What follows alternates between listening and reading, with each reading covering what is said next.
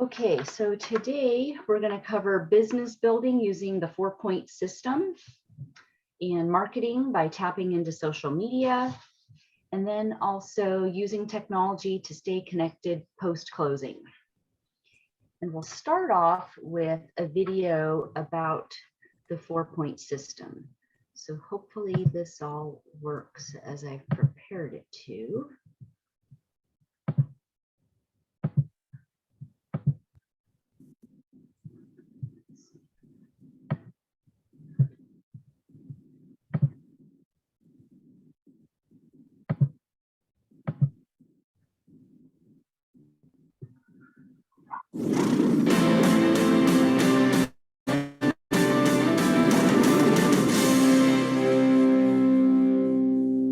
So I come from San Antonio, Mississippi, a little small town of probably about 65 to 8,000 people.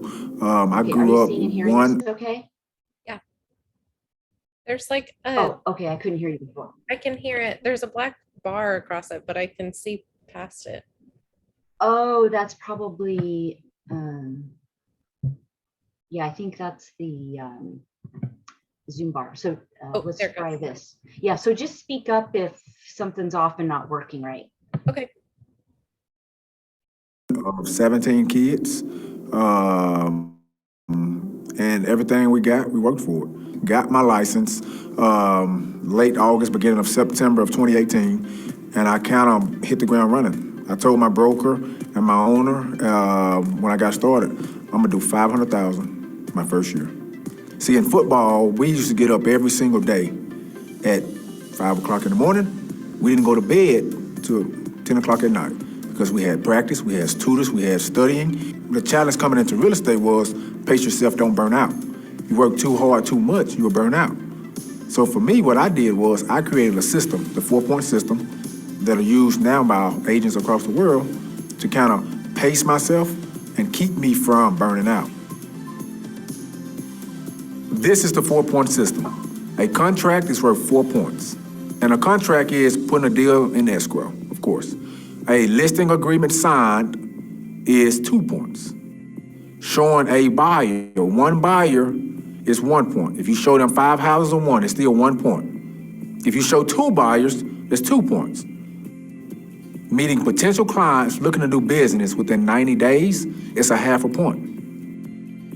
So when we break down the 4-point system, you can get it any kind of way. You can get a listing and you can show 2 buyers, or you can get 3 buyers and you can meet 2 potentials, or you can get it the hard way and meet 8 potential clients somewhere, somehow, on the phones, in the grocery stores, social media, however you want to do it. If you think about what 4 points a day really means, if you get a contract, it's worth 4 points. If you get 2 listing agreements every single day, that's 4 points. Just think about where your business will be. If you're showing 4 different buyers every single day, just think about where your business will be. If you're meeting 8 potential clients that's gonna do business within 90 days, that's the pipeline. That's what you have to continue to fill. If you just did that every single day, think about where your business will be. And I hold myself accountable to reaching it every single day. If I don't reach 4 points, I don't sleep. You get 0 points. Make no mistake about it. 0 points for closing deals. See, closing deals is only the result of getting 4 points all those days. So why should you get rewarded again for those past 4 points? You have to start over. In sports, it doesn't matter what you did last week. You scored 2 touchdowns last week, you can't carry it over. You know, we beat Bama the other year. We can't carry that win over the next year. You have to continue to do it every single day. It's easy to get 4 or 5 deals on the contract, and now you get relaxed. You know, you get a new agent, you got 5 deals on the contract. That's pretty good money for somebody who didn't come from it. You get relaxed. And that keeps agents from thinking when they go out and show a buyer 5 houses, you know, some agents think, oh, I just wasted my time. Now you have a different level of thinking saying, well, shoot, I just got 1 point for showing a buyer. On the board with making people happy, and that goes a long, long way. It carries. So for me, it's not about transactions. I did 106 transactions. What I did was I met 106 families that I'm very connected with. It looks like And I understand now, they understand me, and I was a part of their happiness. That's what I care about. It's undescribable. If when you see the look on a mother's face of 3 kids, and their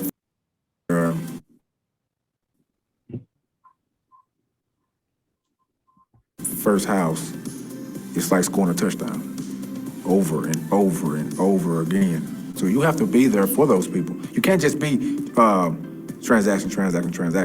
It has to be some sort of feeling and relationship. That's how you build your business from zero to chairman. Okay, so hopefully that wasn't too bad. Nope, Was the I sound could- kind of matching what you were seeing on the Yeah, screen? it blipped out a couple times, but I could get everything. Yeah. Yeah, I think I was getting a warning that my internet was unstable there a couple times. So I think he did a good job of explaining his system, right? Yeah. I don't know that I necessarily agree with how the points are dispersed or how many you need to do. Yeah. But I think that it's just a matter of having a system. And that's like what a lot of the trainers and coaches talk about, is just having a system in place that you remain consistent with, or at least the more consistent you are with your system, probably the more successful you're going to be. Yep. You know? Definitely. And he makes a good point that, you get the points for getting something under contract when you get under contract, but closing, that's just like the follow-up activity for that. There isn't any more business from that. So in order to keep your pipeline full, you've got to continue talking to more people. And basically it's the making calls, meeting people, showing homes, knocking on doors, holding open houses, handing out business cards, and offering your help. Those are all going to lead to success. Yep. And they're cost free too. So they don't require a budget or purchasing leads online or anything like that. They just require your commitment to doing them. Yep.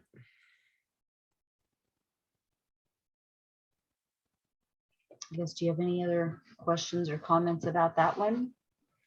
No, I think it's it's definitely an aggressive approach to your business, but I can see how it would definitely pay off. And I like that it's pretty simple, but holds you accountable to doing, something every day. Yeah, it's cool. Well, and again, a system could just be setting aside a particular amount of time every day to do your prospecting and follow-up calls and things like that too. And I have to do similar things for the office with recruiting. So I set aside time, and then if something out of my control comes up that is truly more important, well, then I might reschedule it. But my usual limit is I've got to do it within the same week. Yeah. So usually I try to budget my time for everything earlier and leave Friday open in case I need it for makeup stuff, so just having a plan like that can help. For sure. Okay, so let's move on to tapping into social media. And this one also has a video. Okay, so the bar went away, right? Yep. Yep, okay.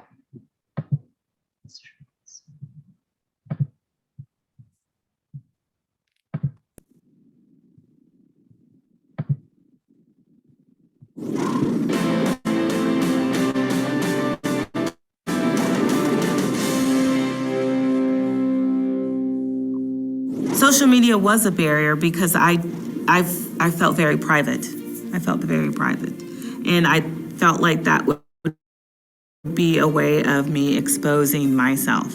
I remember at first I cried because I was like, God, people are going to know about me. They don't want to know about me. I'm just a mother of 2. And then I started showing games. And then next thing I know, people were like, hey, your kid's game, blah, blah, blah. And then next thing you know, it's like, we were thinking about this house because they were a soccer parent, So there were these things, these outlets that I call them like tentacles, and you just put it out there and people will relate. Staging was relatively new back in '07. People thought it was a fad, but during the recession, it became a necessity to survive.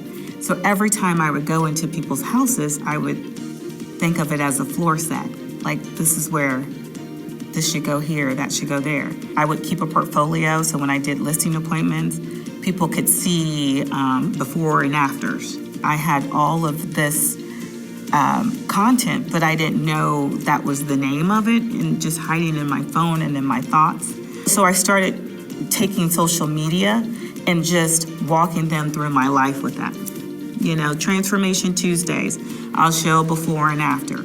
I have now a Front Door Friday feature every week for the past 3 years, front doors. Just front doors. And I take it beyond just a picture of a door.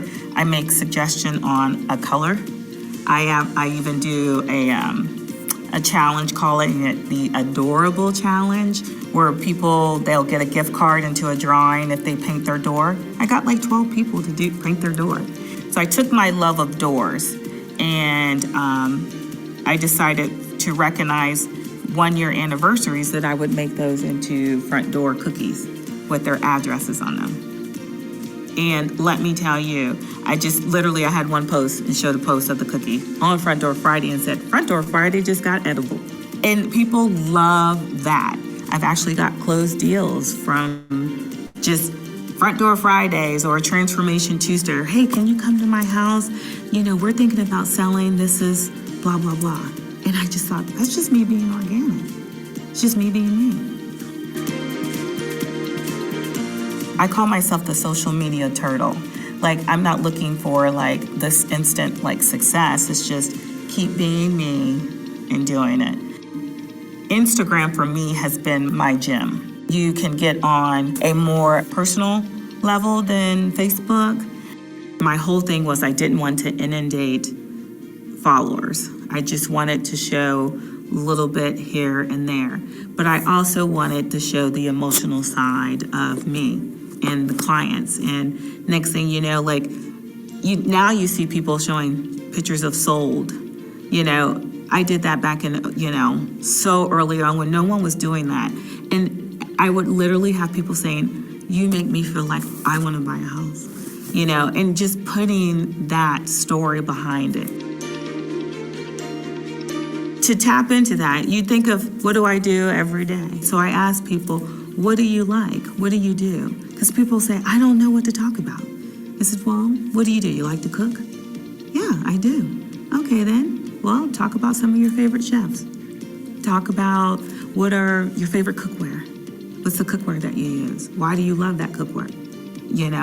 Or appliances. I mean, there's so many things that you can just dissect for a love of something. The key to it is just being authentic to yourself.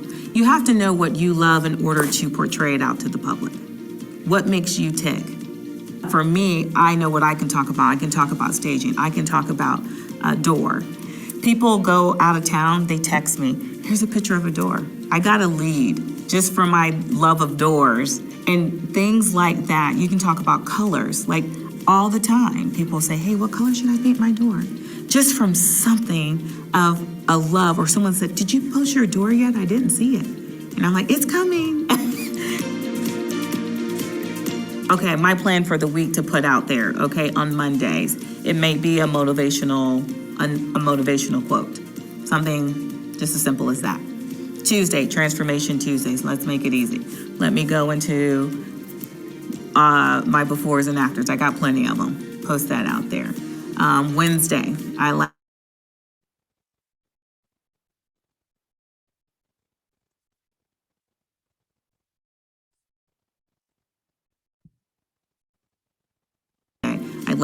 highlighting a love. It's just things that I'm like, oh, I remember that song. Let me put that out there. Do you guys remember that?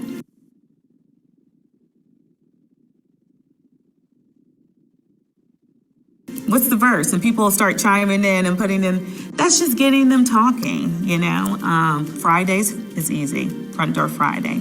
And generally Saturday and Sundays, I tend to stay low key because the audience, I feel like they're out doing their thing.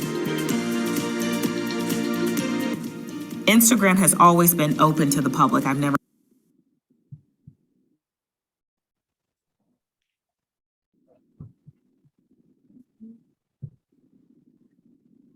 had it closed, okay? Because I knew everything that I would put out there to the universe that I would be proud of and not have to worry about, should I have not put that? If you treat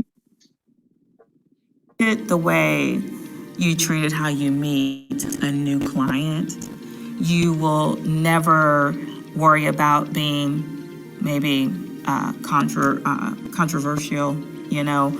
So if you have that kind of intention from the very beginning and say, what I'm putting out there, am I touching someone? Could they relate? You're ahead of the game. You're totally ahead of the game.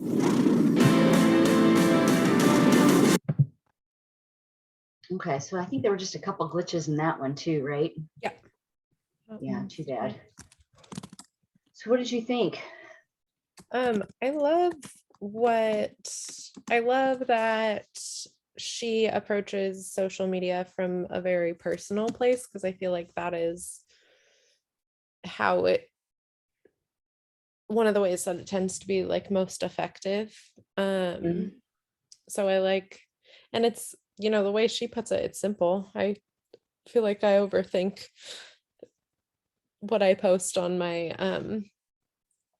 business Instagram sometimes, and like to the point where it's like, okay, I'm just not going to post anything, but really Yeah, I you was gonna just say, start you don't trying. necessarily post much, so, No, and I yeah, feel like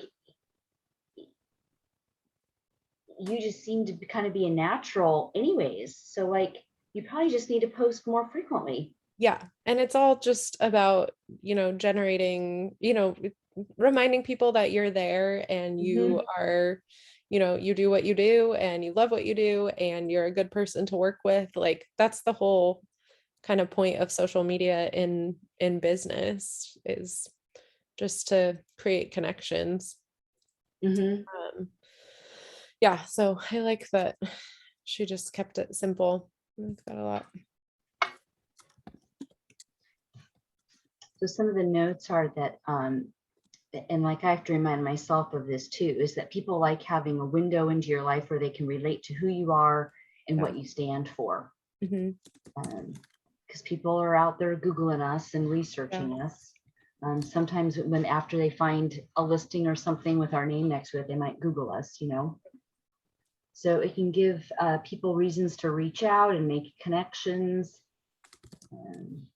And I think the other big thing is that social media is more of a long game, to just stay consistent and be yourself. Yep. And then creating a content calendar to at least have a plan for the week or month can make it easier too. Yeah. And that's where I liked her idea, where she has, she has her 5 days a week and she has a theme for each one. Yeah. So that can make it simple. easier. Yeah, it takes the thinking out of it. Yeah. And I'm not just saying it, Haley. I feel like you could do a lot more.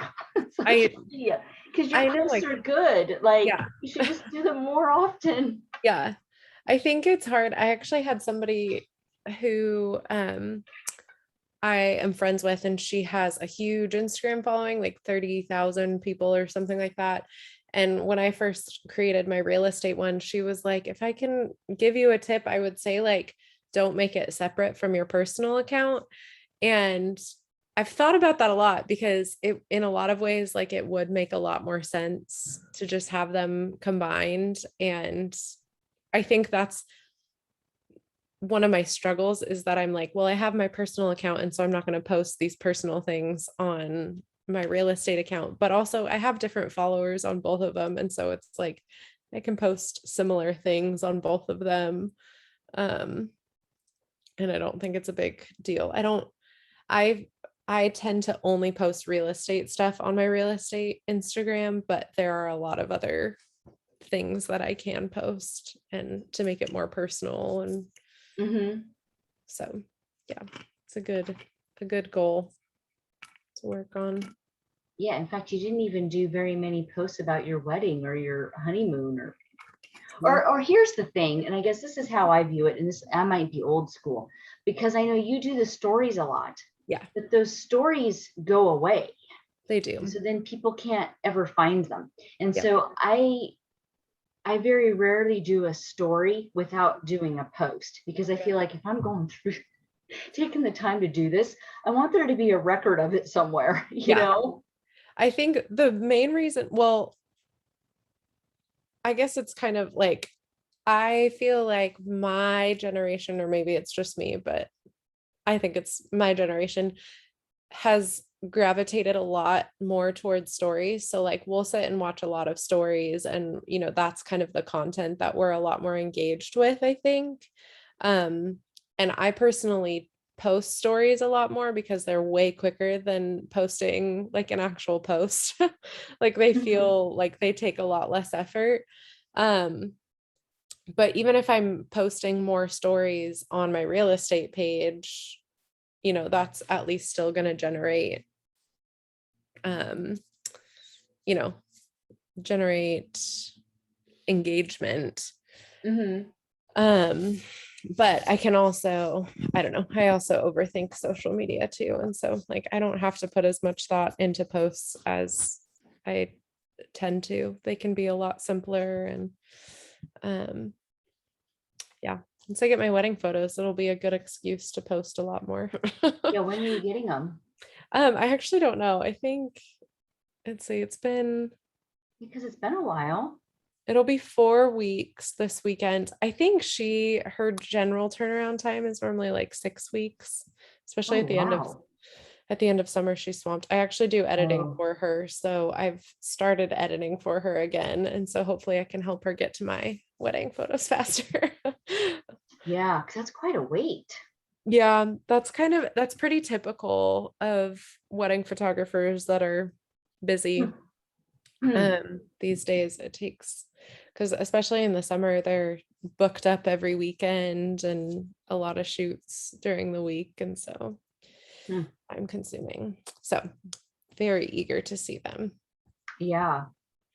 So Well, hopefully it looks neat from the few photos I've seen. I didn't get to see very many. they're gonna be so pretty. I'm so excited. Yeah. Well, and then you lucked out with the weather, right? Oh my gosh, it could not have been more perfect. And yeah, the photos with the weather we had are gonna be amazing. We had an awesome sunset, and so excited. Yeah. Okay, we always get off on I sidetracks. know. So the final topic is using tech to stay connected post-closing. And so this is kind of more maybe just a checklist or reminders for you of things that, Remax offers. But some interesting stats to start out with are that the typical agent earns 42% of their business from repeat clients and referral business. 21% of agents get more than 50% of their business from referrals from past clients. And 25% of agents generate more than 50% of their business from repeat clients. So the difference between the numbers are that the agents that are generating more than half their business from repeat and referral clients are likely good at following up and staying top of mind. And that includes the social media too, because sometimes it's just popping up in the news feed or up there on the storyline, right? So Remax has lots of tools that can help you stay in touch post-closing. Hopefully you have a post-close task list somewhere. That could be, the list that I shared with you. Maybe you've edited that. There's the most important, like required things within transaction desk. But again, checklists can just help you remember everything. And I still, to this day, every time I have a closing, go through my checklist to make sure I've done everything. So one of the things on the checklist should be adding them to maybe a campaign within Bouge, a follow-up campaign as a new homeowner. You could create a digital welcome mat using the Remax Hustle site. There's a variety of templates there. You can, as you already do, use PhotoFi to create graphics promoting your listings, pending sales and things. And then also within Megaphone, remember there's lots of advertising available within Megaphone too, that you can easily share.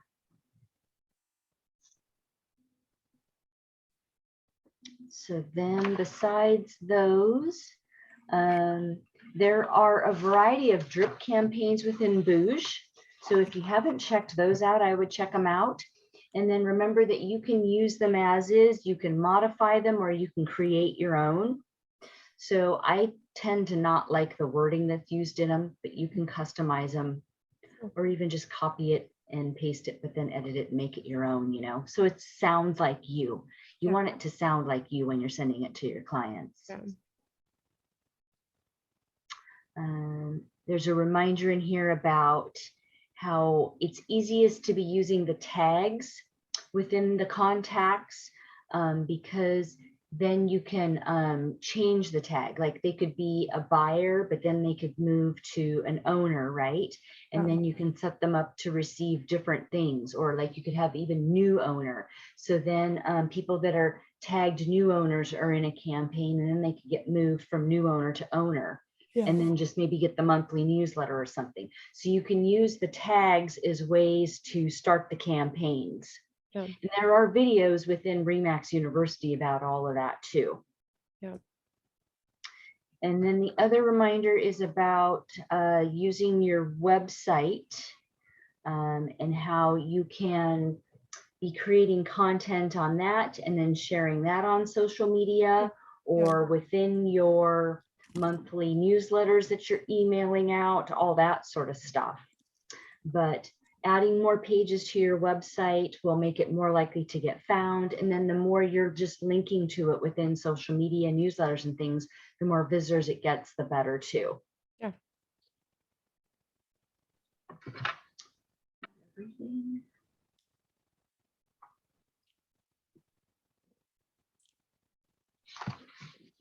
I guess, do you have any questions about any of that stuff?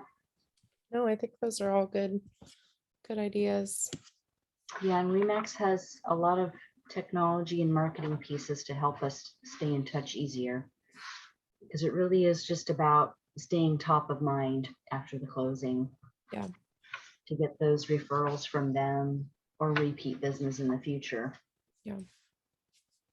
And I know you've heard it said before, but I'll say it for this recording. I know that that is how I am now getting the majority of my business from repeat and referrals. It's because I'm very consistent. Literally almost every month they're getting an email and a piece of mail. And then I have various schedules for phone calls, texts, gifts, that sort of stuff. If I weren't doing that, I wouldn't have the business that I have. Yep. And it's not like it takes that much time or money to do that either. Nope. There's just been a few times where I know I've skipped a couple monthly newsletters or mail when I've moved personally, or like when I opened the office. You know, there's been a few times when there just hasn't been time. Yep. But literally almost every month it happens, and I know that helps because I can always tell too. Like even just last month, I sent out something and then I got an email from somebody, and it's so it's like they get something and then they wasn't even related to me. They were looking for an attorney referral, but I'm like, oh yep, they just got my postcard, so here they are. Yep. You know. Yep. But it's all good. Yep. Definitely. Okay, well, that is all the material I have, so I'll stop the recording.